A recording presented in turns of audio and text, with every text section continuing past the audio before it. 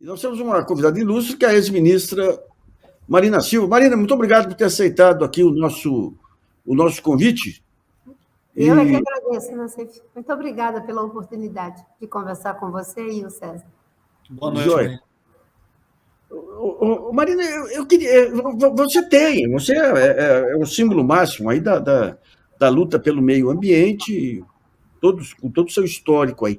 Quando você pega as grandes metrópoles. Eu estava ouvindo hoje uma entrevista, até do Haddad, acho que foi na CBN, onde ele fala da questão ambiental nas grandes metrópoles. O que tem que ser feito nas grandes metrópoles para a questão ambiental ser respeitada?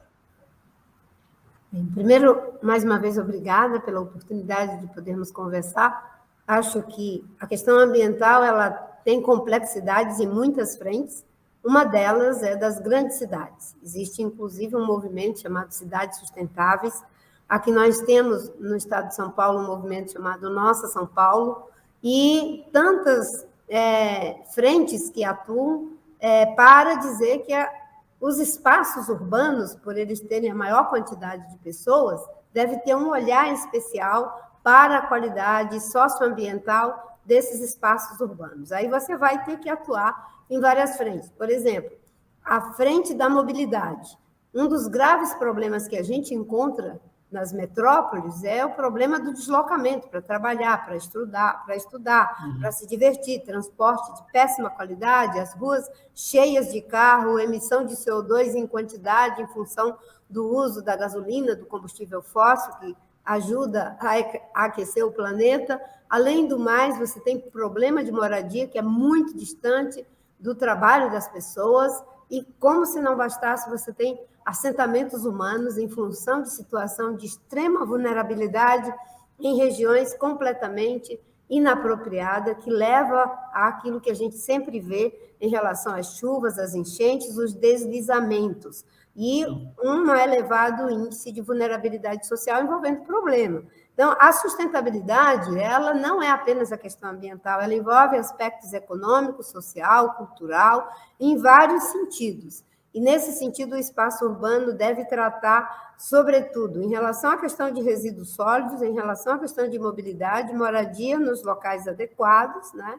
E a busca por soluções de que você tenha cada vez mais espaços públicos que levem à melhoria da qualidade de vida das pessoas, fazendo, assim, um panorama mais amplo. Mas, obviamente, que cidades como São Paulo, como Nova York e tantas outras grandes metrópoles, é muito difícil lidar com o problema da insustentabilidade econômica, social e ambiental, porque a nossa presença cria um ambiente completamente artificial e esse ambiente artificial traz consequências. Mas é possível. Se você tem um transporte público de qualidade, se você investe mais fortemente no transporte coletivo que evite a quantidade de carros, se você cria assentamentos urbanos com atendimento de saneamento básico e as pessoas vivendo em condição de dignidade, isso melhora a qualidade de vida das pessoas e os outros problemas que aí estão correlatos, né? Precisa de educação, precisa de saúde, precisa de um monte de serviços públicos para que a cidade possa ser uma cidade sustentável. Está fechado, né, Cefim, o áudio? Antes de passar para vocês, César, deixa eu só publicar aqui um material que estou recebendo dos índios pataxós, que estão sendo cercados aí.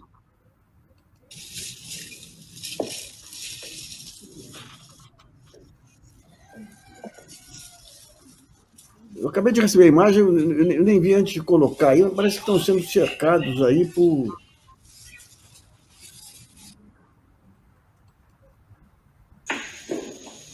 A Sofia também. Pega a Sofia daí, cadê? Foi. São tiros aí que estão sendo...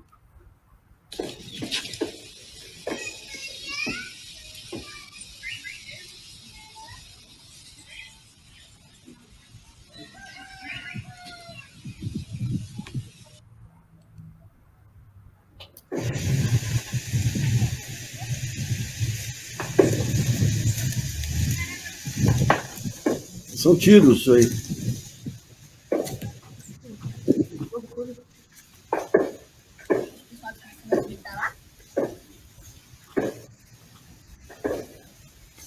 Deixa eu pegar aqui a...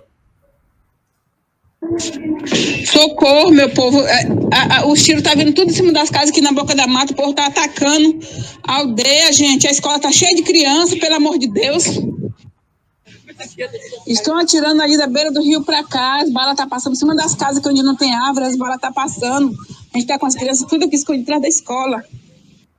Eles estão aí do outro lado do rio que eles estão aí atirando. É muito tiro, bomba, granada. Tudo está atirando aí na beira do lado de lá do rio.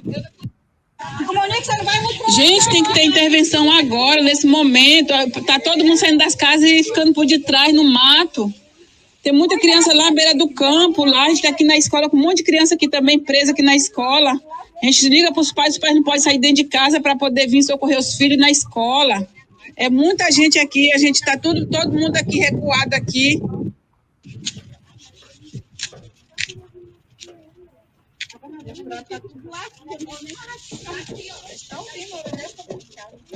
Os tiros aí no fundo. Ali eu recebi um recado aí do pessoal do cacique lá, que se não aparecer um helicóptero lá para espantar milícias e fazendeiros lá, que pode ter uma chacina. Fica o aviso aí. Marina, quando é que vai se... Não, primeiro eu passo a bola para o César, que essas coisas... Obrigado, Nassif. Obrigado, Marina, por atender a pedido pela Conversa Brasileira a falar contigo. Eu gostaria de trazer a reflexão um pouco para esse momento, que a gente sabe que requer união, até para combater esse tipo de coisa que Nassif colocou aí no áudio, considerando esse tipo de barbárie que caracteriza, sobretudo, esse movimento sociopolítico do bolsonarismo. A gente acompanhou que, ao longo das últimas semanas, houve uma aproximação tua com Haddad, chegou-se a especular a respeito de você possivelmente ser vice dele na chapa pelo governo do Estado, e você é uma figura parlamentar histórica brasileira que tem muita ressonância junto à população brasileira. Nesse contexto, eu gostaria de te perguntar, vem se cogitando aí um encontro seu com o Lula e com a Janja, possivelmente um jantar, uma aproximação nesse sentido. E eu gostaria que você contasse um pouco para a gente o que te parece essa reaproximação com o Lula e qual é a importância de somar forças num momento em que a gente vive uma situação tão dantesca quanto essa aí, potencializada pela própria presença do bolsonarismo. Bem, primeiro eu queria só registrar que são estarrecedoras essas imagens e essa informação que a gente viu nesse vídeo, acho que foi um vídeo, não é isso, Nassif? Infelizmente, essa é a realidade dos povos indígenas, seja dos povos indígenas na Amazônia ou no Nordeste brasileiro. Eles enfrentam situação de violência e é fundamental que a Justiça, a Polícia Federal, que tem a obrigação de investigar e punir todos esses casos de violência, tomem todas as providências para proteger essas populações tão vulneráveis. Em relação à situação da política nacional, César, de fato, nós estamos vivendo uma situação de emergência, porque temos aí uma ameaça à nossa democracia, além da desconstrução das políticas públicas e do próprio Estado democrático de direito. O que eu tenho dito publicamente há muito tempo é de que eu tenho uma abertura, sim, para o diálogo, ainda mais num momento como esse, e tenho colocado uma agenda para esse diálogo. E eu considero que divergências que tivemos em relação a algumas questões, inclusive que me fizeram a sair do governo, depois a sair do próprio Partido dos Trabalhadores, ser candidata por 3 vezes à presidência da República, isso se deu em cima de divergências políticas que têm a ver com proposta, visão de país. Em cima do tratamento dessas questões e em relação à preocupação que todos temos com relação ao risco que corre a nossa democracia, eu tenho abertura para o diálogo. Agora, infelizmente, tem sido feita uma abordagem em relação a essas questões que eu levanto como importante, do desenvolvimento sustentável, do resgate atualizado da agenda socioambiental perdida como base para uma conversa. As pessoas esquecem isso e ficam tentando dizer que se trata de questões de natureza pessoal, de questões de ressentimento. E eu tenho insistido de que essa é uma abordagem inteiramente preconceituosa e machista quando se trata de uma mulher. É muito fácil as pessoas dizerem, não, os homens estão conversando, eles estão se entendendo, eles estão discutindo em cima das suas divergências. Agora, quando envolve uma mulher, aí fica essa abordagem que a toda hora eu vejo, às vezes, em alguns meios de comunicação, de que é uma questão de mágoas, uma questão de rancor. Eu e o presidente Lula, eu posso falar por mim, tenho certeza que da parte dele não é uma questão de rancor, é uma questão de diferenças e divergências que temos, possivelmente, que tivemos.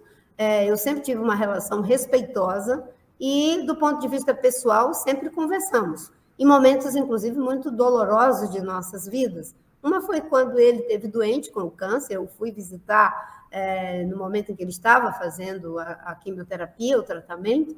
Depois foi quando o meu pai morreu, quando a dona Marisa morreu, que indica que, do ponto de vista pessoal, não há nada que, enfim, seja motivo de termos diferenças. O que existe, sim, são divergências políticas, e eu posso citar. Para mim, é preciso resgatar a agenda ambiental perdida, porque no primeiro governo Lula, a gente conseguiu fazer muita coisa nessa agenda. E isso foi em cima das diretrizes que eu, juntamente com a minha equipe no Ministério, colocamos como base de referência para a política ambiental brasileira, que está inteiramente atualizada, essa base de referência. Por exemplo, uma política ambiental tem que ser transversal, não tem que ser uma política setorial. Não dá para o Ministério do Meio Ambiente correr atrás do prejuízo da agricultura, do transporte, da energia, enfim, e de vários setores que são altamente impactantes do próprio governo. E quando eu fui para o Ministério, eu fui com essa ideia de política ambiental transversal, integrada. A questão do fortalecimento do Sistema Nacional de Meio Ambiente. Hoje, o Bolsonaro destruiu tudo, não temos política ambiental no Brasil, é terra arrasada. Mas quando eu fui para o governo, uma das coisas que a gente buscou foi fortalecer o sistema, começando pelo governo federal, e conseguimos, inclusive, fazer um concurso público, onde cerca de 2.800 funcionários foram, enfim, entraram por concurso no Ministério, formando o corpo do Ministério que não existia, fortalecendo o IBAMA, criamos o ICMBio, o Serviço Florestal Brasileiro, para que a gestão ambiental, junto com estados e municípios, ela possa ser fortalecida. Uma outra questão é o controle e a participação da sociedade. Meio ambiente não dá para ser uma ação só do Estado. Não tem como cuidar de 8 milhões de quilômetros quadrados apenas com funcionários públicos, ainda que eles sejam muito importantes. Então, o funcionamento de conselhos, como é o caso do IBAMA, né? Nós tínhamos o Conselho Nacional de Recursos Hídricos, na agenda de biodiversidade, fizemos planos de desenvolvimento para a Amazônia, estávamos fazendo para o Cerrado, fizemos para as populações tradicionais. Isso tem a ver com controle e participação da sociedade. O que deu certo foi transformarmos as boas ideias da comunidade científica, das organizações da sociedade civil, dos povos indígenas, de empresários progressistas em políticas públicas. E, por último, a diretriz de investimento em desenvolvimento sustentável. Não dá para continuar os 300 bilhões do Plano Safra serem investidos na agricultura tradicional e só 1% para a agricultura de baixo carbono. Assim, a gente não vai fazer nunca a transição, né, na agricultura brasileira para uma agricultura sustentável, onde aumenta a produção por ganho de produtividade. Então, em cima dessa agenda e daquilo que ela desdobra como propostas concretas, como é o caso da destinação de 70 milhões de hectares de área pública de floresta na Amazônia, que não foram destinadas e que, a cada governo, vem a pressão da bancada ruralista para que faça uma medida provisória para regularizar a terra grilhada. Em 2009, foram 47 milhões de hectares que foram regularizados de área roubada, terra pública. Agora, o desmatamento incide sobre terra indígena e principalmente essas áreas não destinadas em unidade de conservação. Então, fazer ordenamento territorial e fundiário, destinando essas áreas para manejo florestal sustentável, terras indígenas, áreas de proteção integral ou de uso sustentável. A Amazônia não precisa derrubar mais uma árvore Nós temos ali cerca de 17 milhões de hectares que estão sendo subaproveitados com as tecnologias da Embrapa. A gente aumenta a produção por ganho de produtividade, a gente dobra a nossa proteção, mantém a floresta em pé, tira o Brasil da condição de pária ambiental. E tenho defendido, inclusive, né, que a gente faça também aí um esforço enorme para criar uma espécie de autoridade nacional sobre o risco climático. O Brasil é um país altamente vulnerável. Tem um conjunto de propostas que, obviamente, né, qualquer governo do campo democrático e do campo democrático popular, mais ainda, no contexto de tudo que está acontecendo no mundo, né, poderá fazer e tirar o Brasil, né, do século XX, do início do século XX, e a gente entrar no século XXI. A minha disposição para o diálogo é em cima de uma visão política, na ideia de desenvolvimento sustentável, fortalecimento da democracia e combate às desigualdades. Marina, só um pouquinho, tem um recado aqui do Zé Roberto e da Cátia Marina Bom Jesus. Esse ataque está acontecendo aqui em Porto Seguro, próximo a Caraíva, em Monte Pascoal, há 3 dias. São grileiros apoiados pela legislação antipovos originários do genocida. Só para me entender um pouquinho, quando se fala em cultura de baixo carbono, como que se... Agricultura de baixo carbono. Agricultura de baixo carbono, como que se junta com a agricultura familiar e da pequena propriedade? Olha, os agricultores familiares, eles já entenderam essa agenda. Hoje você não vai ter nenhum agricultor familiar, nenhum movimento do Sem Terra que defenda uma agricultura predatória. Inclusive, quando eu fui ministra do Meio Ambiente, a gente fez um trabalho até de criar os centros de guardar as sementes nativas, sementes crioulas, porque eles queriam fazer uma agricultura orgânica, uma agricultura de base sustentável, inclusive com espécies do melhoramento genético que é feito, que não é o transgênico, para ter a segurança em relação aos seus cultivares. Os pequenos proprietários, eles entendem isso. O problema é que em algumas regiões, os grandes, eles ficam manipulando os pequenos para que eles sirvam como uma espécie de bucha de canhão em alguns aspectos. Porque o que acontece, na verdade, Nassif, é o seguinte, é uma, digamos assim, uma composição entre criminosos que invadem terra pública. Esses criminosos invadem, primeiro eles tiram a madeira, depois eles botam fogo, depois eles plantam capim, põem ali algumas cabeças de gado, fazem pressão para o Executivo e no Congresso, essa área é regularizada. Na hora que ela é regularizada, o que acontece? Aí o setor mais atrasado do agronegócio adquire essas áreas, porque ela já teve a lavagem da grilagem. E quem fez essa lavagem foi o próprio Congresso, muitas vezes com o apoio do próprio Executivo. Em 2009, eu lutei muito para que isso não acontecesse, mas infelizmente aconteceu. Naquele momento, era o argumento de que, não, se fizer agora, vai ser desmatamento zero daqui para frente. Depois disso, nós já tivemos no governo Temer, agora no governo Bolsonaro eles estão tentando de novo fazer regularização de terra roubada, é crime. E tem uma contradição.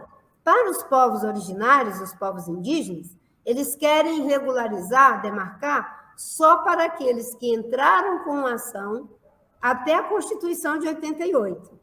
Para os grileiros, eles querem regularizar quem invadiu até 2014. Veja o nível da injustiça, da incoerência.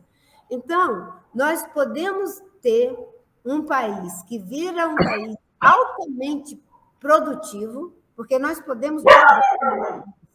Nós temos cerca de 300 milhões de área agricultável. Se isso for utilizado de forma intensiva, o Brasil é uma potência ambiental, mas ele não pode destruir, né, a galinha dos ovos de ouro, porque quem produz a nossa chuva é a Amazônia. Se a Amazônia passar de 20% de desmatamento, ela vai virando savana. Se ela for virando, né, cada vez mais uma área tipo savana, aí a gente entra naquilo que os cientistas chamam de ponto de não retorno. E nós vamos perder o nosso regime de chuvas, que já está complicado. Só para vocês terem uma ideia, né? Esse ano, acho que foi esse ano, nós já tivemos um prejuízo. Eu vou falar metaforicamente com vocês primeiro, depois eu vou falar aqui mais diretamente. Só para ter uma ideia, foi cerca de 1 bilhão, né, que foi perdido, que foi queimado na verdade, entre 2016 e 2021. 531 milhões no Mato Grosso do Sul, 304 milhões no Mato Grosso.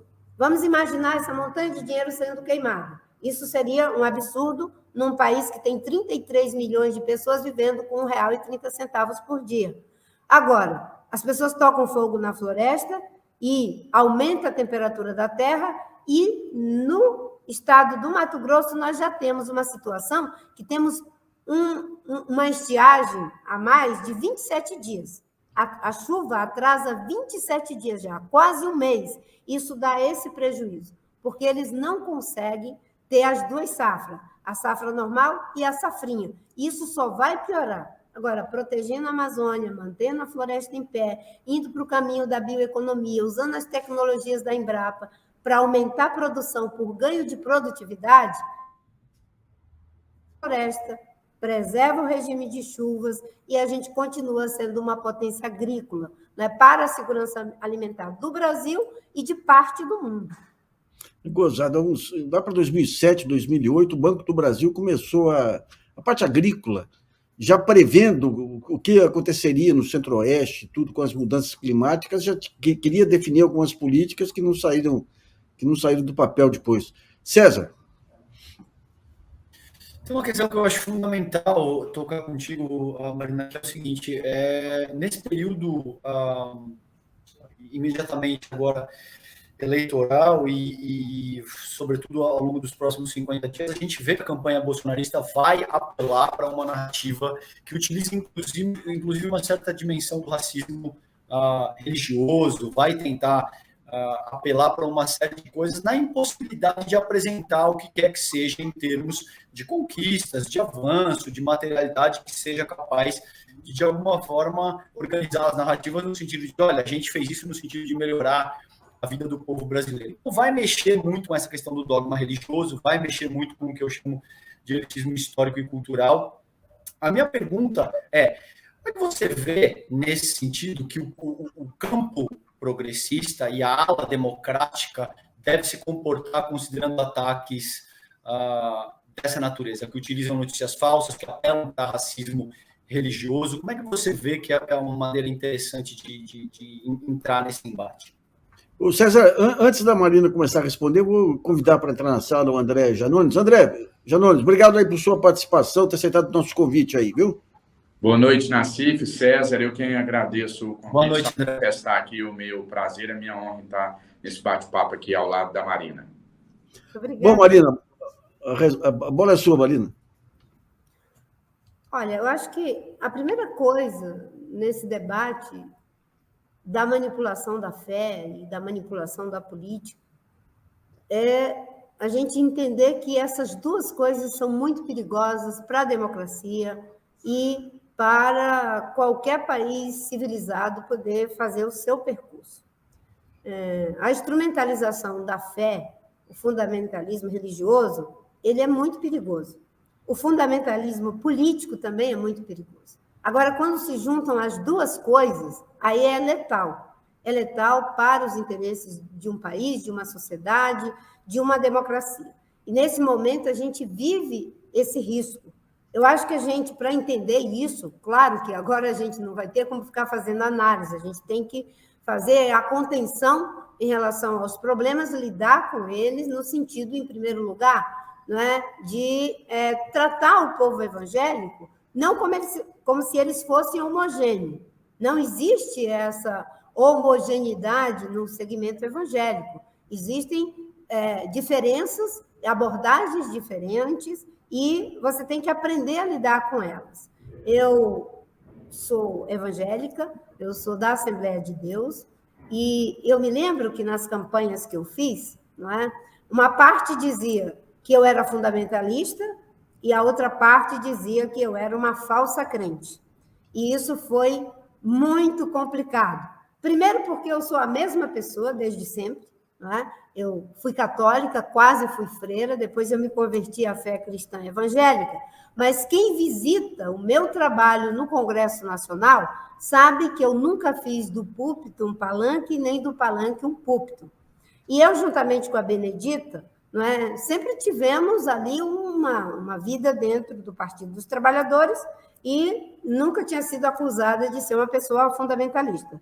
Em 2014, isso apareceu, né? Inclusive pessoas dizendo que eu ia acabar com o Ciro de Nazaré, dizendo que eu ia acabar com o ensino da teoria da evolução, implementar o criacionismo, e eu acho que isso tudo é muito ruim.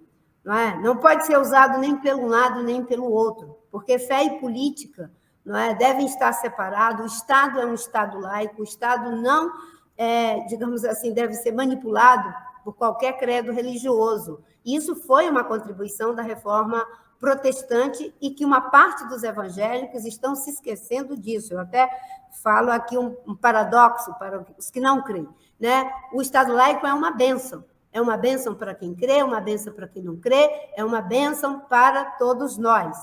E foi com esse espírito que eu sempre trabalhei. Políticas públicas serão para todas as pessoas. E eu nunca escondi a minha fé.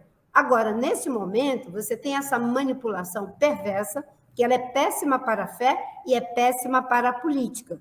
Quando alguém mentirosamente diz, né, que se o presidente Lula ganhar as eleições, ele vai fechar as igrejas, não é? Isso é uma forma mentirosa, que desabona a própria fé.